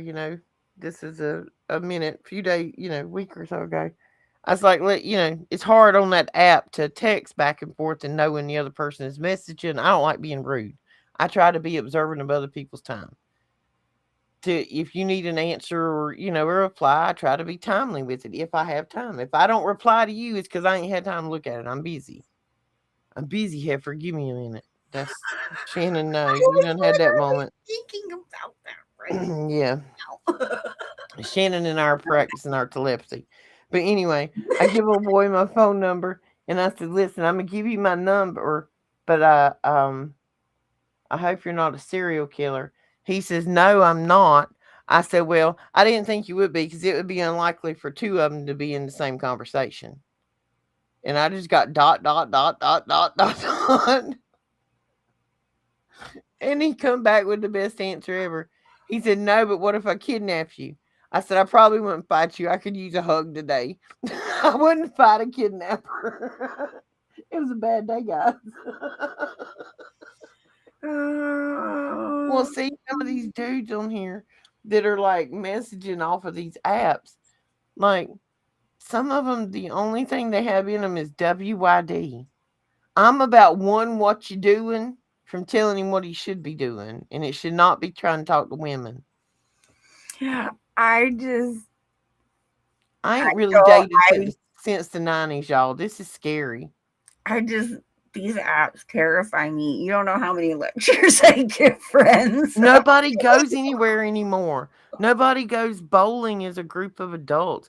Your options for mingling is going to a bar. I don't want to go to a bar. I don't mind going to a bar and having a drink now or go dance a little bit. I don't want to go get sloshed. I don't want to be there every weekend. I just want to meet somebody. I don't want to go to church. We know I ain't going in no brick and mortar church. Because them people in there don't even know what they're doing in there. They all asleep anyway. Every time I go in, because once in a while the Holy Spirit will shake me up and be like, you got to go in today. I'm like, why? Now, I'm not going to deny that my dating profile. Shake it up. It's just to shake it up a little bit because little old me comes walking in with my nails and whatever, and automatically they're like, well, see, my dating profile may be a little off-putting, but then it's a praise, and I'm like, yeah, and they're like, oh, okay. She's actually Biggie. I can't go to the grocery store, honey. The only thing in the grocery store around here is Door Dashers. I mean, I'm trying to make good decisions. She just eats potatoes. Like, what? I don't go to the grocery store for that. No. But, I mean, yeah, I do have on my profile that if you've had the vaccine, please don't message me. You know what? What if we started, like, our own little... awakened daters, awakened singles or something? No, we're not going to do that. I'm talking about physical little places with people actually coming together in person, like the old days. It's like, what if you had like you could put 10,000 people in the same room? They can't put their phone down long enough to have a conversation. Like a truther shack or a puzzle. Emporium or... But see, then again, when you go down the list of like things that I'm acceptable to in this world, you might as well just come on by my house and let's roll one. Because if you ain't gonna do that and let's have a conversation, I don't want to be hanging out with y'all no way. Like, we need to be sitting around by a fire talking about all of this stuff. No. And I put it right in my thing, like, no shots. What about what about just adventuring out in nature? There are other people out there I'm going to start trying Lowe's and Home Depot. I'm going to start with Lowe's. Okay, looking for dudes in a there in the handyman. construction She's like, aisle. I need a handyman. I'm gonna go. No. See, you don't. I do need a handyman, but you don't go in there like saying you need a handyman. You just go in there all dressed up, and you just stand there when you see a good-looking dude down the aisle. You just go stand there and look clueless because they all want to teach you something anyway. So you just stand there and look stupid when they ask you if you need help. Just play dumb. I am so glad to be an old married or a seasoned married lady. I don't have the patience for this nonsense. I don't know that I do either. I ain't been in this but a couple of weeks, and I am not in it to win it. I promise. Like, I have people like, you got to get back out there. I'm like, why? Why? And they're like, you need socialization because most of my friends Is this don't leave home social? either. This is social. This is my social hour. I don't like strangers because I don't trust them. I'm like, when are you gonna have time? Because you're on phone me. True that. Like I have baggage. I have multiple baggages that come with me. Shannon and my granddaughter, and probably my mama. Yeah, Because she's already told me. Diplomat first. Yeah, my mama's already told me. She's like, depending upon whatever fun adventure you might go on, ask him if your mama can come. Oh, that's scary. Though that's like a red flag. If I were, I'd be like, I don't know. If I didn't tell them she was my mom, they would never know. She was my ex step mother-in-law, guys. She's only 6 years older than I am, and we're like the best of friends. But my respect level for her, we talk like friends, but my respect level for her is one of a mother, because when I was 16 years old and she was 22, and I had just come into my ex in-laws family, she took me up under her wing and taught me a lot of things about life that other women in my life had failed to teach me. And she's been there ever since. And after my divorce, a good portion of those people just completely disowned me. And honestly, I'd never done anything to them. Didn't do anything to my ex-husband. I just left. But she never turned her back on me. And that's a lot. Yeah. That's a lot. So she deserves the respect of the word mom in every sense of the way. Have a play on the words true. And there used to be a dating app called True Match? Yeah, I think so. I think so. I look. I every time I think of these things, I just think of some old scary bald dude in a tutu. Me too. I just like I woke up yesterday morning with like 125 likes. No offense to bald guys out there. But there are no likes on there anymore because I like X'd them all. I'm on nothing wrong with being bald. It was just the whole aesthetic. No. Okay, the full thing. Listen, the bar is set high for like bare minimum. I have moved that thing lower than it should have been before because of potential, and the bar never got back to where it needed to be. So we're going to start it way up there. Like, I'm willing to negotiate, but this ain't Facebook Marketplace. Because I'm not a snack. I'm a whole meal, honey. I know what I bring to the table. I would like to say something real quick. I know most people are on Facebook.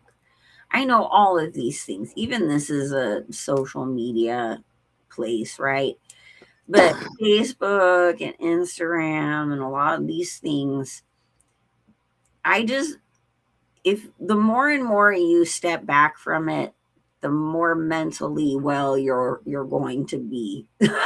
So, and just remember, good old Zuckerberg is trying to put us all in the metaverse. So I wouldn't constantly use these avenues to put out everything all the time, because we all know they're tainted, but it's giving them money. It's giving them more access. It's giving them more. More of our. Put down the phone and go touch the grass. I mean, we all get our moments of the scroll of doom, okay? We all do it. None of us are clear of that whatsoever. But I've been off Facebook now for 6 years. Wow, 6 years. 6 years. I should have a party, guys. That's a celebration. 6 years off social media. I mean, again, this is you should get a chip for that or something. And I cannot tell you how much less stress and anxiety She don't have time for social media, people. She's got me. That's right. And my family and God. I don't have time for that. I don't think y'all understand the degree sometimes the time that Shannon and I stand together on the phone, on FaceTime. It's not just a phone call, it's FaceTime. We stay plugged up to the wall. When her husband leaves for work before she has to go to work or I go to work, we're just on it. Like, we're in the bathroom together. We just turn the camera off. We'll be in the shower washing her hair. We're still talking. And later on that, we're still on the phone and lunch comes and yeah.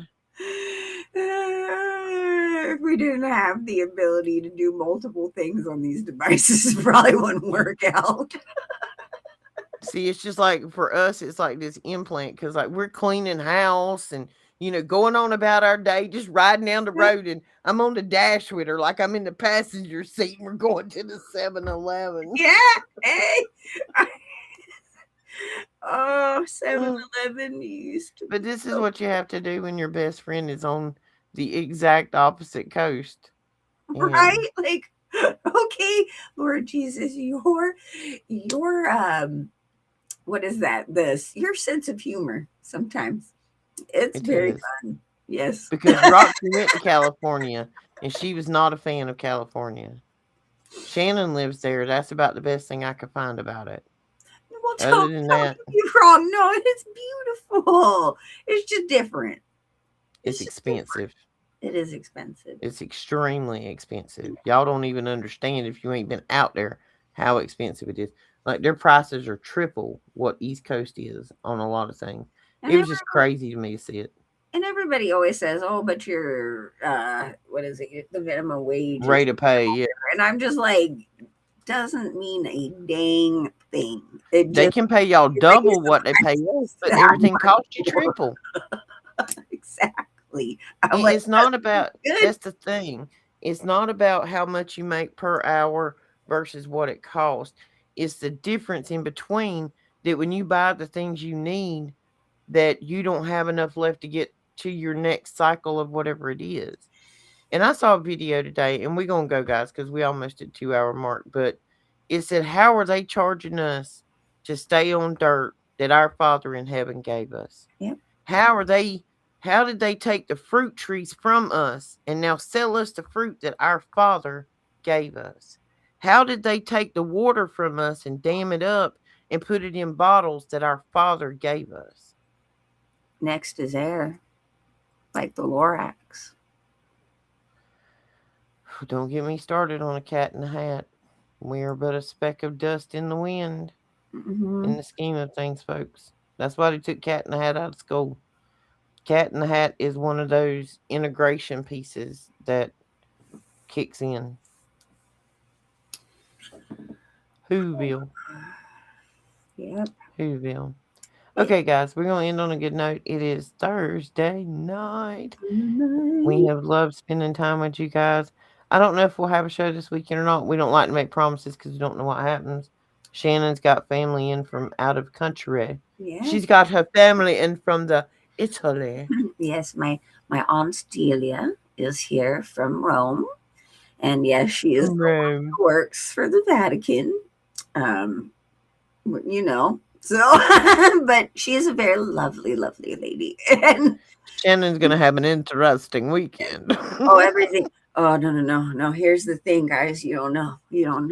Okay. This woman can spend 8 hours in a Walmart.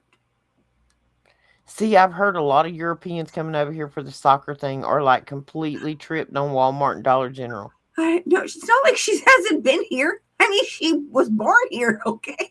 Right, but they don't have those over there. No, but oh my gosh, right? So we have to take her shopping on Saturday. And everyone, my Uncle Bill came into town.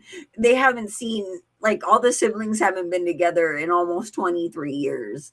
And everybody, the second we started talking about shopping in Aunt Delia, everyone's like, oh no. We all have our stories of like hours and hours and hours with her in a CVS. Okay. Evidently, you can't get ranch dressing over in Europe. No. You can't get Hidden Valley. Sour cream either. When she's here, she just inhales that stuff.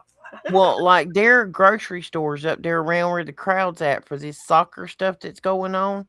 Like the grocery stores are running out of ranch because these people are buying it and shipping it home. We're about everybody be aware the next lockdown may be that we're going to run out of Hidden Valley ranch. Oh no. There's going to be a shortage in the supply chain. Oreos and Hidden Valley Ranch have just, and Pop-Tarts. Yeah. Because, see, all of their food over there is not as unhealthy as ours is. So they're coming in here. They came to America as healthy Europeans. They will go home as diabetics.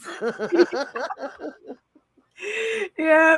So wonderful, amazing, lovely woman. I love my aunt very, very much. Beautiful voice, phenomenal woman.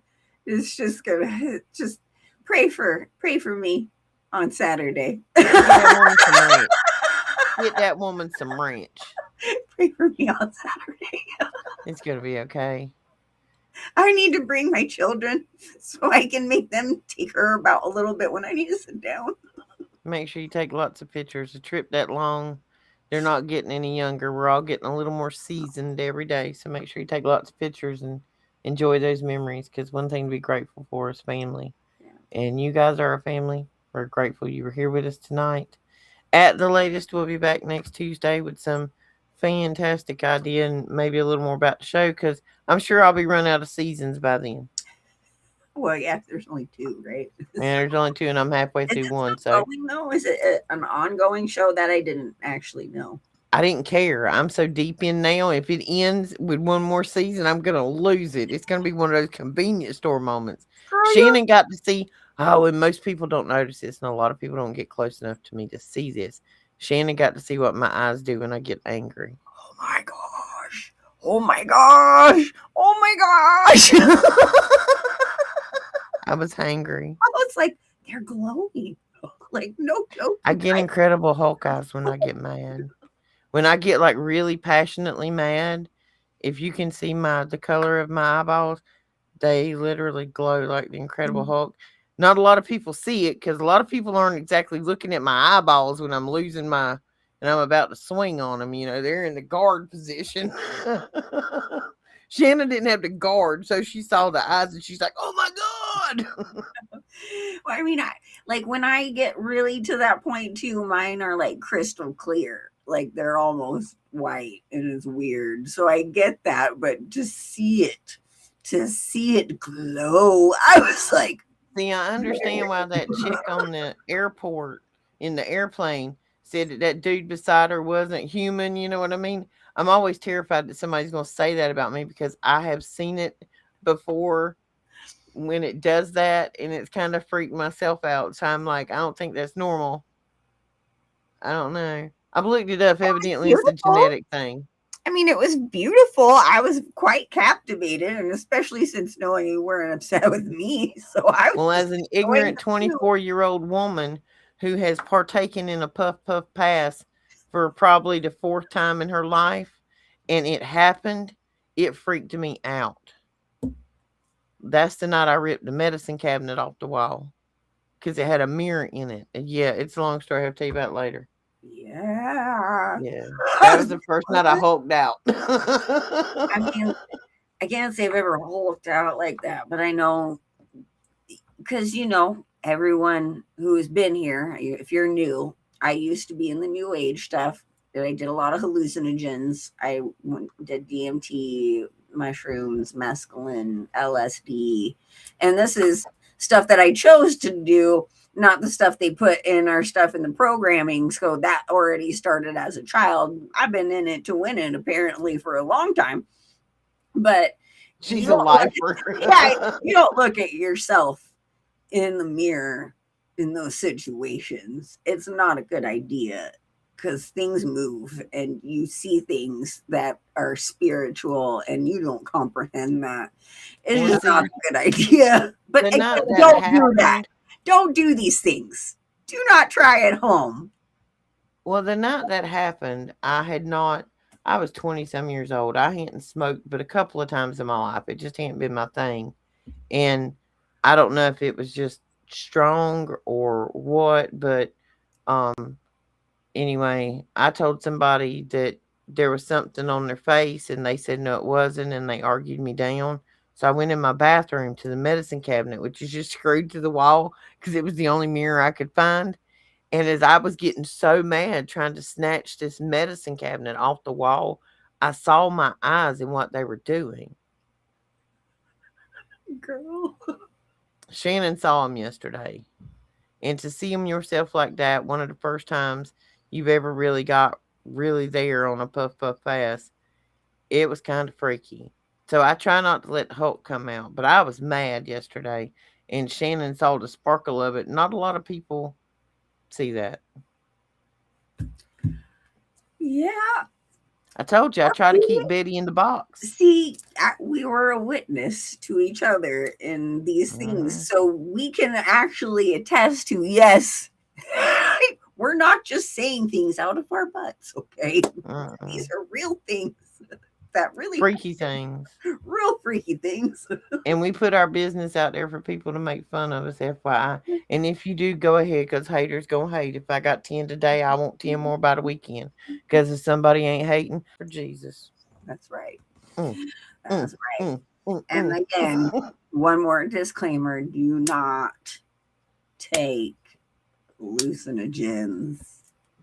Look, I get that there are some things out there that state that microdosing certain things or all these kinds of things can help with stuff.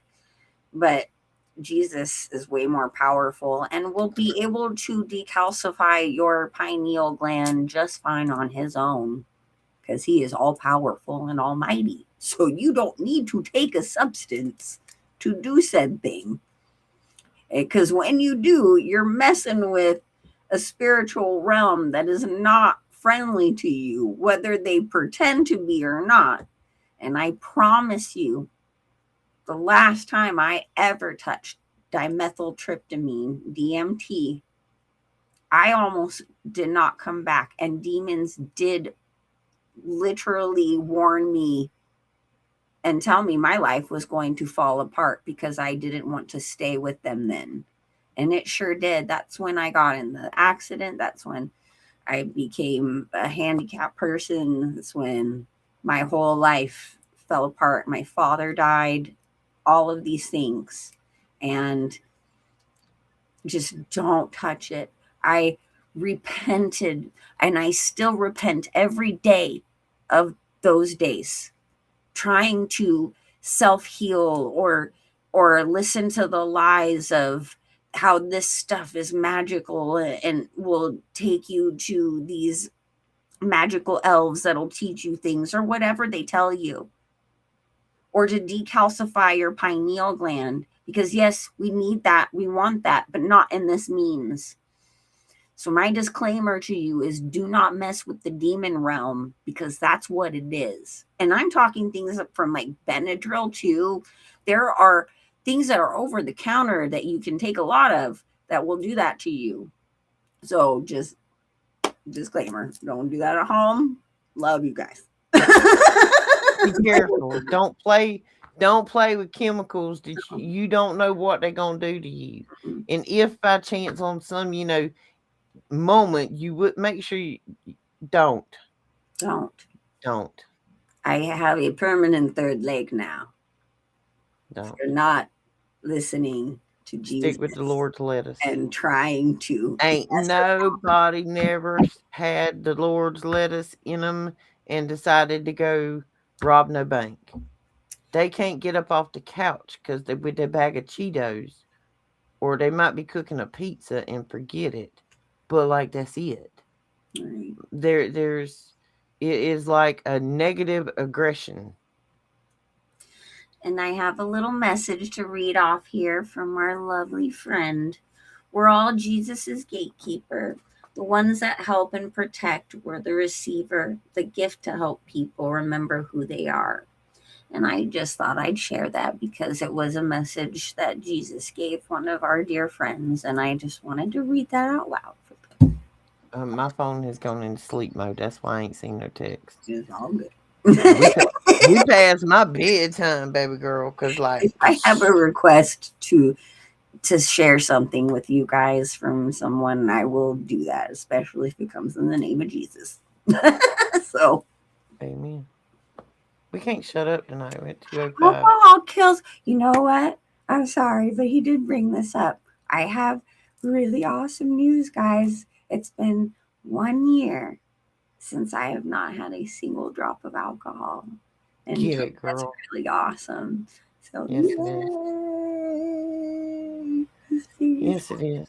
I hope everybody has a wonderful weekend, and I hope wherever you're at, it is not as hot there as it is here. Because this southern, if you don't live down here, it's humid everywhere.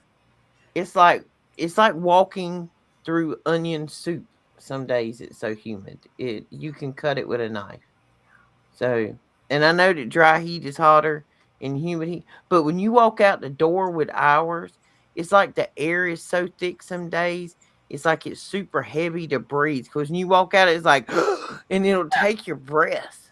I can attest to that because I've been out here all my life. And yes, it gets so hot, but it is a different type of hot because you go out there. And we went to Florida during the summer, and we're like, what in the heck? Come on out to the swamp, Like, little why? girl. Right. That place is humid. Yeah, you can't. That's like me going to 5,000 foot in California. I like to have exploded. If I didn't have a little go-kart thing, I would not have made it. I tell you. Yeah, it's been warm here, and then we keep having showers and stuff. I know there's a bunch of storms brewing out there, and we ain't looked at them. But hey, you can at least say that your skin will always be lovely and hydrated because out here, I'm already white, okay? So I already have Sahara desert skin, but you come out to the desert, there's gonna be cracks, okay? Girl, we got mosquitoes out here that could catch domestic violence charges on chickens. I mean, these things are big. These things are violent. Oh, she locked up. I don't do what? You lost sound. You have no sound. Your mic went out. Yeah, these skeeters out here at my house. Give it a second. It's got to redo its thing. We have a small pond in the front yard, and the water's kind of stagnant. Hang on, Shannon. I'm trying to reboot your mic.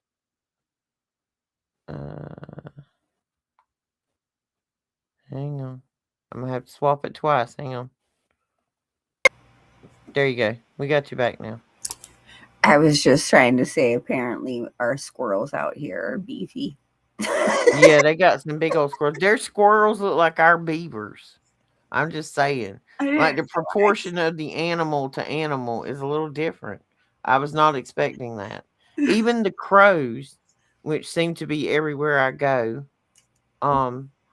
are bigger there than they are here. I wonder why your animals. It's not huge. Well, like the squirrels were a little big, but I don't know. Just have more food access. I don't know. The actual, small, what I call small, critters. The critters there, which I call, like 10 pound and under. That's a critter. Maybe just for everybody that ain't from the South. 10 pound and under is a critter. maybe it's because there's so much diversity in land that there's just more for them ecosystem wise to graze upon. I don't know. I don't know. They a little bit littler over here. Might be eating something different. I don't know. We got plenty of critters. I got to feed my squirrels in the morning. We have X-Men squirrels. More squirrels. Okay, guys, we're gonna shut up Yeah. because we Okay, can get. good night. Good night. I love We'll see you